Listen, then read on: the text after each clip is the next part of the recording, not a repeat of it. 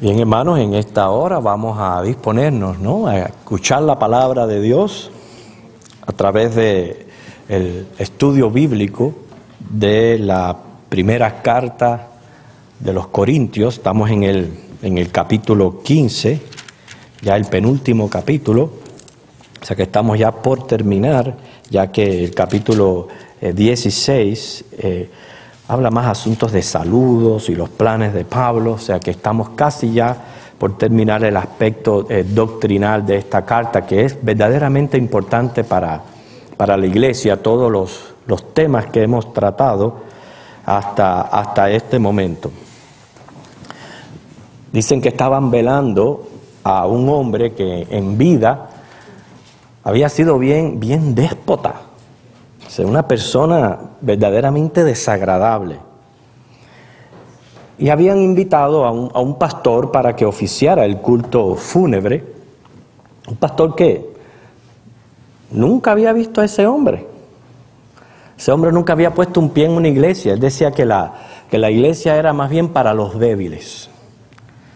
Y quizás, dejándose llevar por la ocasión, pues el pastor comenzó a adular a aquel hombre, a decir que había sido un gran jefe, que era un buen trabajador, un buen padre de familia, un esposo amoroso. Y la viuda estaba ahí en primera fila escuchando todo aquello, con un rostro que expresaba su desconcierto por todo lo que estaba escuchando, hasta que le mete un codazo al hijo que estaba al lado, le susurra y le dice: levántate. Sí, levántate. Ve allí, acércate al féretro. Asegúrate que es el cuerpo de tu padre.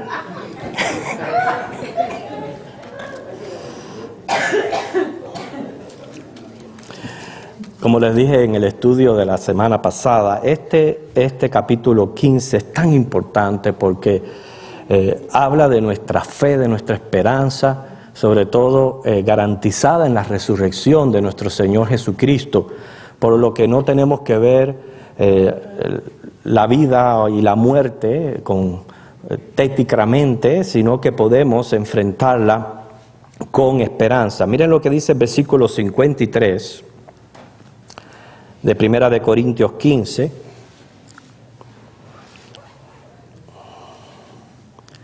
Porque es necesario que esto corruptible se vista de incorrupción y esto mortal se vista de inmortalidad.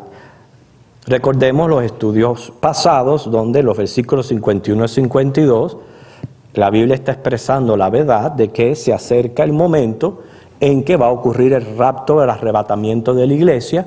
Los muertos en Cristo resucitarán primero, luego nosotros vamos a ser transformados y ser llevados así al cielo, a la gloria. Eso es lo que promete Dios en su palabra. Y dice aquí ahora que hay una necesidad que esto corruptible se vista de incorrupción y lo mortal de inmortalidad. Casi la mayoría de los comentaristas están de acuerdo con que cuando Pablo dice corruptible se está refiriendo a los que ya murieron.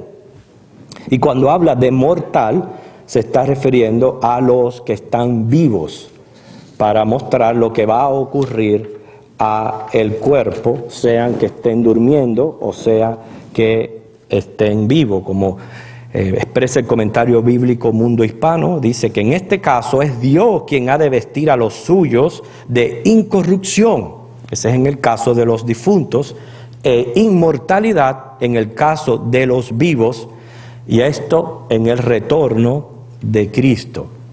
Vestirse es metáfora del nuevo cuerpo glorificado que nos espera, algo así como experimentar una metamorfosis, por lo que se nos es en este momento un poco difícil a nosotros en el estado presente especular acerca de las propiedades que ha de tener este cuerpo que se nos está prometiendo. Según la Biblia, sí podemos afirmar tres cosas. Número uno, Lo dice Filipenses capítulo 3, versículo 21, que nuestro cuerpo será semejante a la gloria del cuerpo de Cristo resucitado.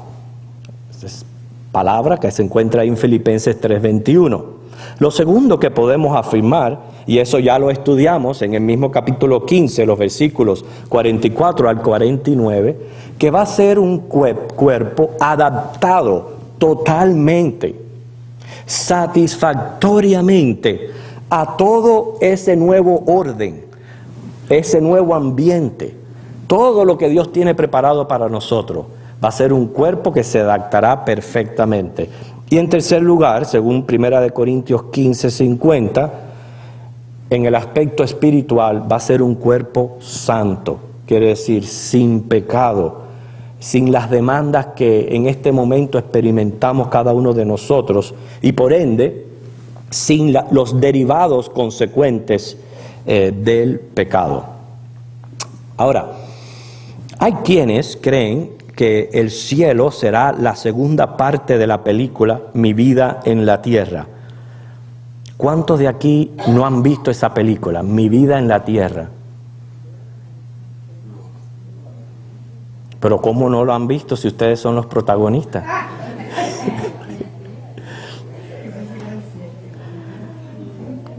Cada uno es protagonista de su propia película, Mi vida aquí en la tierra. Todos los días vamos haciendo un capítulo nuevo. Si fuéramos a darle un título a la vida en el cielo, sería absolutamente todo nuevo. Absolutamente todo nuevo. Dice que una viuda le manda a poner en la lápida al marido que descanse en paz.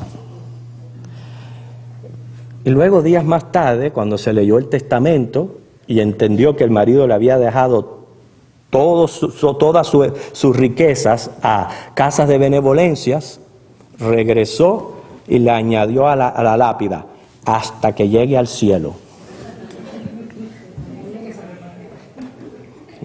Va a descansar en paz hasta que llegue al cielo. Hermanos, lo glorioso de lo que nos espera es que ya nos vamos a desconectar de este primer mundo. Ya no vamos a tener ningún tipo de relación con este mundo. Eso es lo que nos espera. Esa es nuestra gloriosa esperanza. Por eso el versículo 54 sigue hablando de esta metamorfosis corporal. Dice, y cuando esto corruptible se haya vestido de incorrupción y esto mortal se haya vestido de inmortalidad, entonces se cumplirá la palabra que está escrita, sorbida es la muerte en victoria.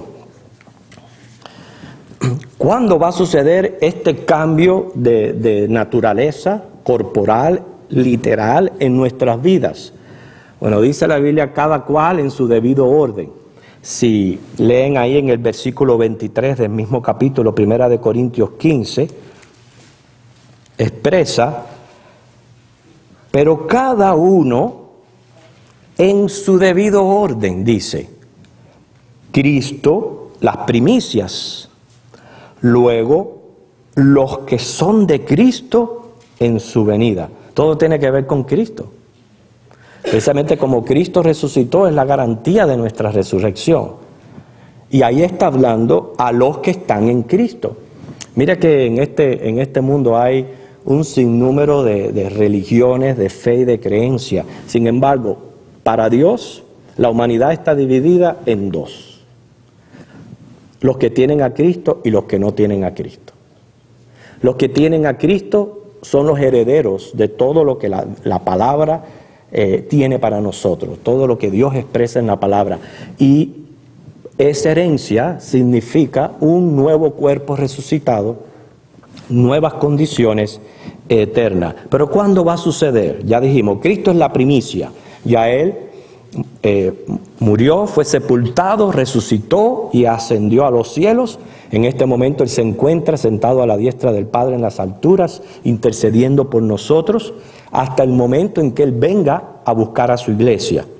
Pero dice que después los que son de Cristo en su venida. Y es ahí donde tenemos que ir entonces a lo revelado en la palabra de Dios. Porque prácticamente aquí la palabra menciona 3 grupos. Todos somos la iglesia, todos formamos el pueblo de Dios, pero en ese orden, esta metamorfosis que estamos hablando, la transformación de nuestro cuerpo a un cuerpo glorificado, los primeros que vamos a experimentarla, vamos a ser nosotros la iglesia. ¿Cuándo? En el rapto, según 1 de Tesalonicenses 4, del 13 al 18.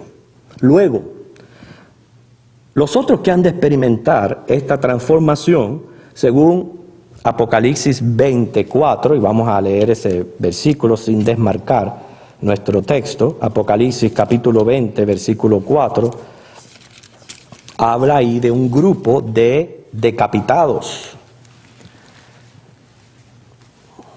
Apocalipsis capítulo 20, versículo 4. Y vi tronos, y se sentaron sobre ellos los que recibieron facultad de juzgar.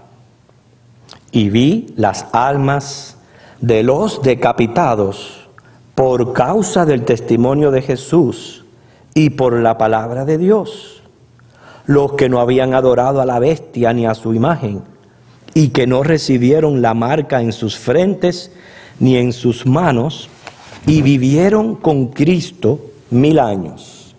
Aquí hay un grupo mencionado que dice que por causa del testimonio de Jesús no recibieron la marca de la bestia. De esto hemos hablado anteriormente.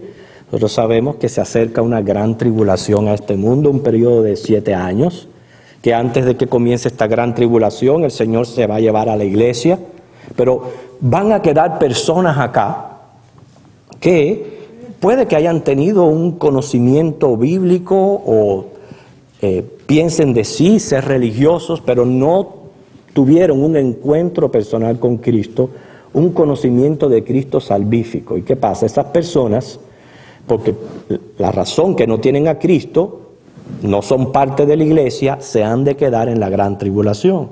Sin embargo, durante ese tiempo, por gracia, ellos van a ser salvos, pero va a tener un costo, el costo del martirio, el costo de ser decapitados.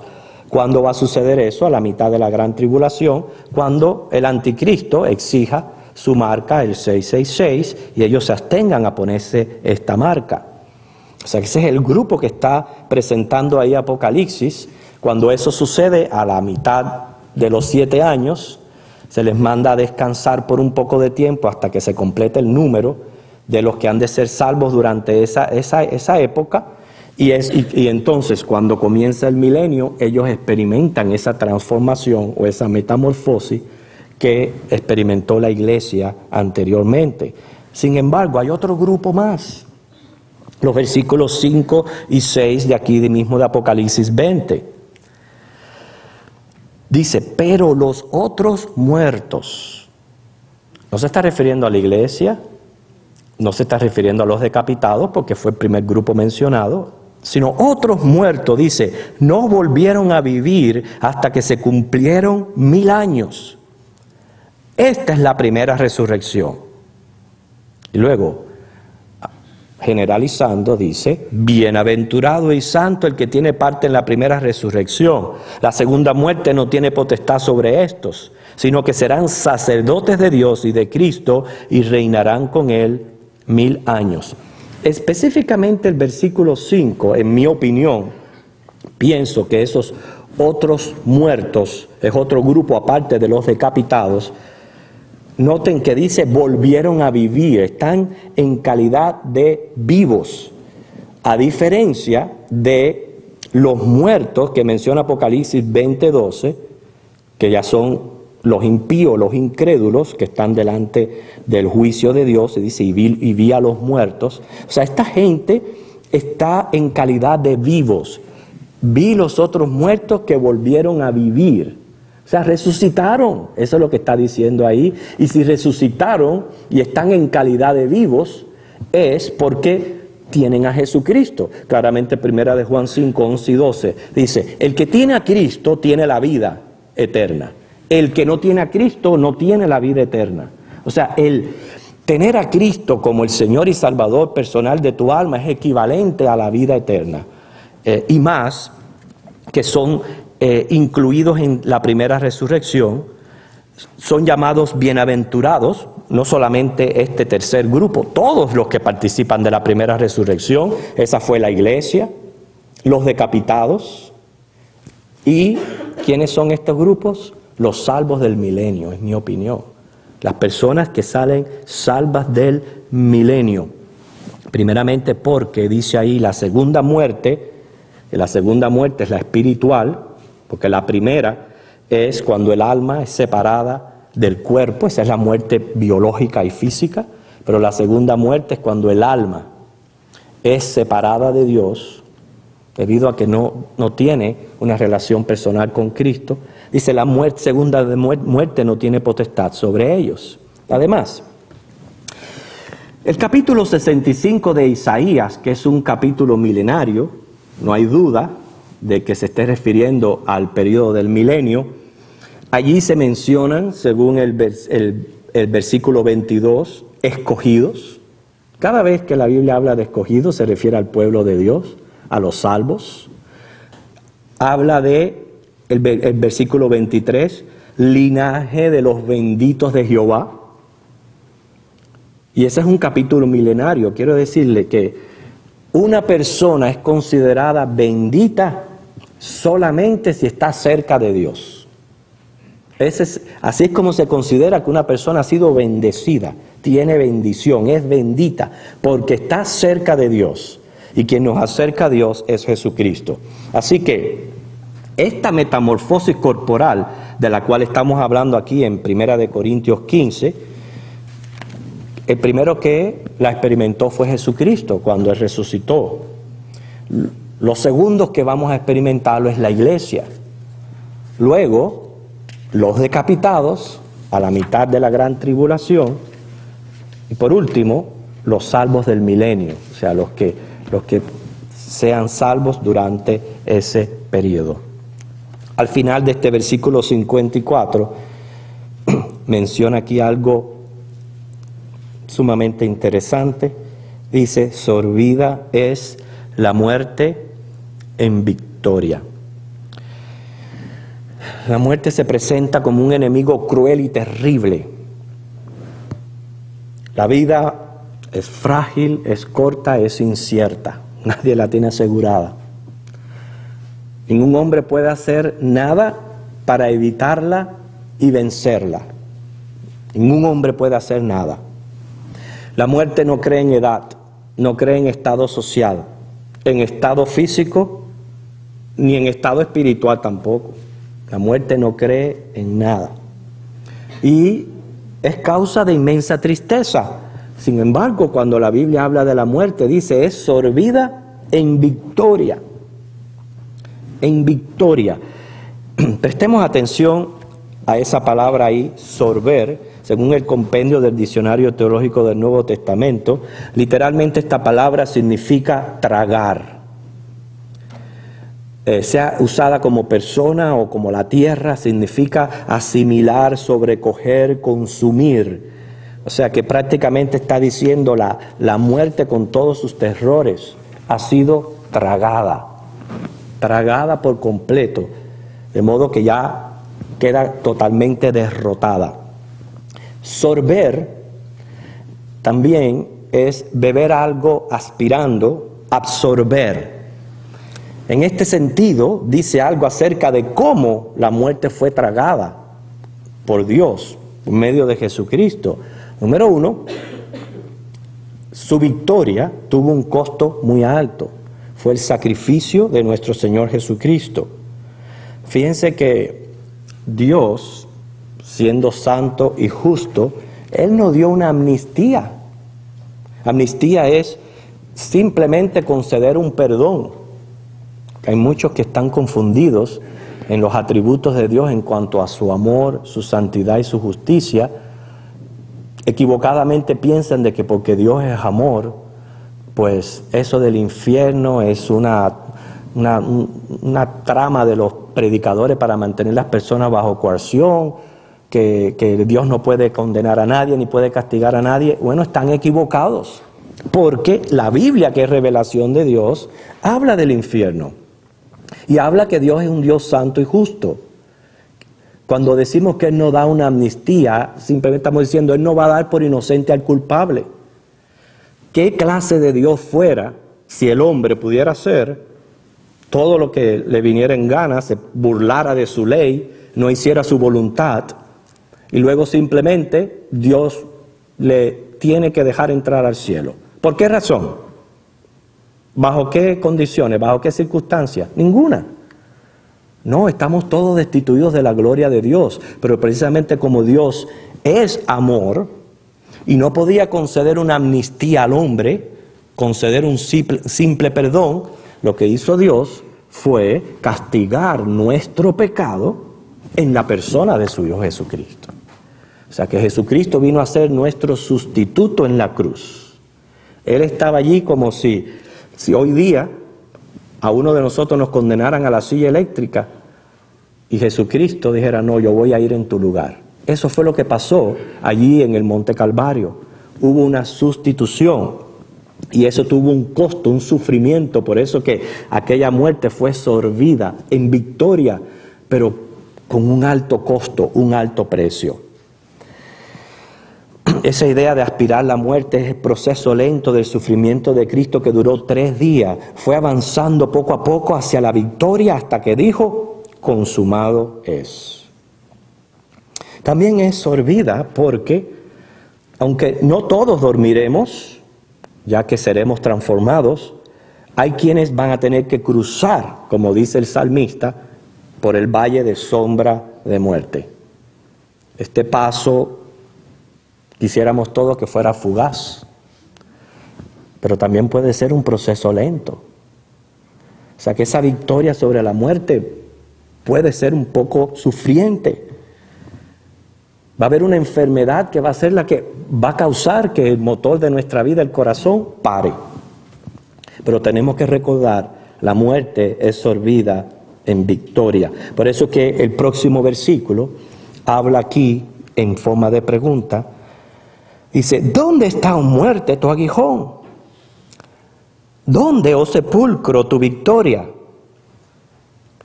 Vamos a dejarlo hasta ahí y responder estas preguntas. Dice, ¿dónde está, oh muerte, tu aguijón? ¿O sepulcro, la victoria? Si Cristo no hubiera resucitado, Pablo no hubiera podido formular estas preguntas. Si él lanza estas preguntas porque tiene una seguridad completa de que la muerte ha sido vencida. Acuérdense, la muerte es nuestro peor enemigo. La muerte es lo que nos aterra a todos. Nadie quiere hablar de la muerte, por eso yo decía que uno de los lugares que nos prepara para ese momento es la iglesia. Pero cuando hablamos de la muerte en estos términos, vencida, le da otro sentir a la vida. Porque dice aquí, ¿dónde está el aguijón de la muerte? Aguijón es el órgano puntiagudo con que pican algunos insectos o la ponzoña de la misma serpiente, y se refiere al dolor que causa la muerte. Claro que la muerte es dolorosa, no lo podemos negar, tanto para el enfermo como para el familiar o el pariente. Es un proceso doloroso. Y la muerte tiene aún un aguijón hasta para el creyente, por cuanto el cuerpo está bajo el poder de ella hasta la resurrección. Ahora bien, también ha sido vencido el sepulcro. El sepulcro es el que alberga más bien la materia, nuestro cuerpo físico, y sin embargo ha sido vencido. Porque, ¿qué sentido, piense, tendría la vida si, según la teoría de la aniquilación, la persona acabara en el sepulcro, comido de gusanos, vuelto polvo y devuelto al ecosistema de la tierra? ¿Ese es el fin que usted piensa que va a tener? Siendo una persona creada a imagen de Dios, con atributos espirituales y personales que nosotros tenemos, ¿cree usted que su fin va a ser parte del ecosistema de este planeta? Algunos piensan así, pero dice aquí, el sepulcro ha sido vencido. Por eso es que el cristiano, cuando trata acerca de la muerte, no hay desesperación porque tiene esperanza. No podemos negar que la muerte tiene su aguijón, que el aguijón causa temor a cualquier persona, por más santo que sea. Nosotros nos podremos creer que somos fuertes aquí y allá, pero yo me atrevo a pensar que todos, de alguna manera u otra, tenemos cierto temorcito a ese momento que venga la muerte. Es natural que reaccionemos de esta manera ante el dolor y el sufrimiento. Fíjese si es así, que está comprobado, según nosotros reaccionamos, que si usted va en un vehículo manejando, usted tiene a toda su familia, usted puede tener su esposa, su esposo, su madre, su padre, hasta sus hijos. En el momento de un accidente, todo chofer se tira a salvarse el mismo. No importa quién tenga en el auto. Su tendencia es tirarse a salvarse el mismo. Y es una reacción que ni lo piensa. Es algo natural en nosotros que luchamos contra el dolor y el sufrimiento. Y les digo esto, hermanos, no nos hagamos superhombres. Y les voy a poner la razón. El mismo Señor Jesús, en el huerto del Getsemaní, lloró con lágrimas de sangre. Sus palabras usted las puede encontrar en Lucas 22, 42, Mateo 26, 39 y 42. Hasta lo repitió 2 veces. Le pidió al Padre, si fuere posible, pasa de mí esta copa. No se haga mi voluntad, la tuya. Pero se lo pidió llorando, porque él sabía que él tenía que pasar por un momento de un sufrimiento físico muy doloroso. Y lloró. O sea que a ninguno de nosotros nos gusta la muerte. Dice que un pastor un domingo estaba predicando sobre el más allá. Y después del sermón, él hizo un llamado para que pasaran al frente todos los que estuvieran listos para irse con el Señor. Como si yo lo hiciera en este momento. Dice que toda la congregación pasó al frente menos uno, que quedó allá. Y le llamó la atención al pastor, ¿no? Le preguntó, hermano fulano, ¿usted no está listo para irse con el Señor? Sí, pastor, yo tengo fe, pero ¿por qué no ha pasado al frente? ¿Por qué no ha venido con sus demás hermanos? Dice, es que yo pensé que usted estaba preparando el grupo para que se fueran esta misma noche.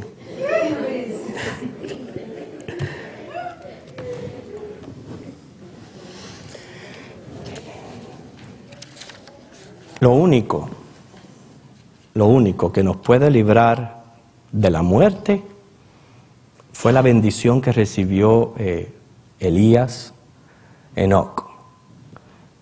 Participar del rapto es lo único que nos va a librar de la muerte. ¿Okay? Este proceso por el que pasamos todos, nacer, sufrir, envejecer y morir, muchas personas lo ven como algo que es biológico, que es natural, que toda persona nazca, sufra, envejezca y después muera. Yo quiero mostrarle cómo nosotros los cristianos vemos todo este proceso de una manera diferente a como lo ve el mundo. El mundo lo ve como si fuera algo biológico natural, pero nosotros no. Cuando hablamos de nacer, sabemos que tenemos un propósito al ser parte del pueblo de Dios. Inclusive dice la Biblia que fuimos escogidos desde antes de la fundación del mundo para la alabanza de su gloria. Que aún estando en el vientre de nuestra madre ya Él nos conocía. Así que no es que hemos venido a la tierra por gusto. Tenemos un propósito, tenemos sentido para haber nacido. Sufrir, bueno, es cierto que sufrimos, pero yo quiero decirle que en el transcurso de la vida hay más momentos placenteros, por lo menos para la mayoría de las personas, hay más momentos placenteros que lo que en realidad uno sufre. La vida también es bonita, hermanos. Recuerde usted todos esos momentos placenteros que ha vivido. Y si viene sufrimiento, no estamos solos, porque Dios está con nosotros. Ahora, en cuanto a envejecer, ya eso ya es un poquito, viejo será tu abuelo. En cuanto a envejecer, el cuerpo se desgasta. Pero ¿qué pasa con el cristiano? Que mientras que el cuerpo se desgasta, el alma rejuvenece. Pregúntenle a Pascual. Y se eleva como el águila hacia las alturas, aunque después no se pueda bajar, pero se eleva con el águila.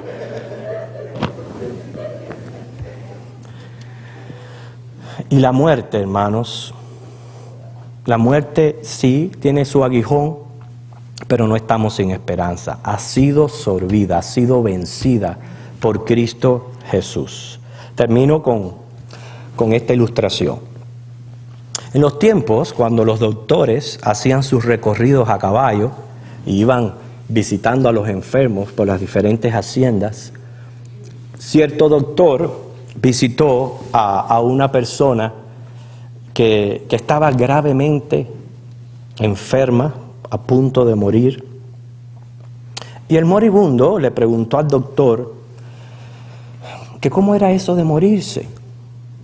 Imagínense qué tremenda pregunta, ¿no? En esas circunstancias.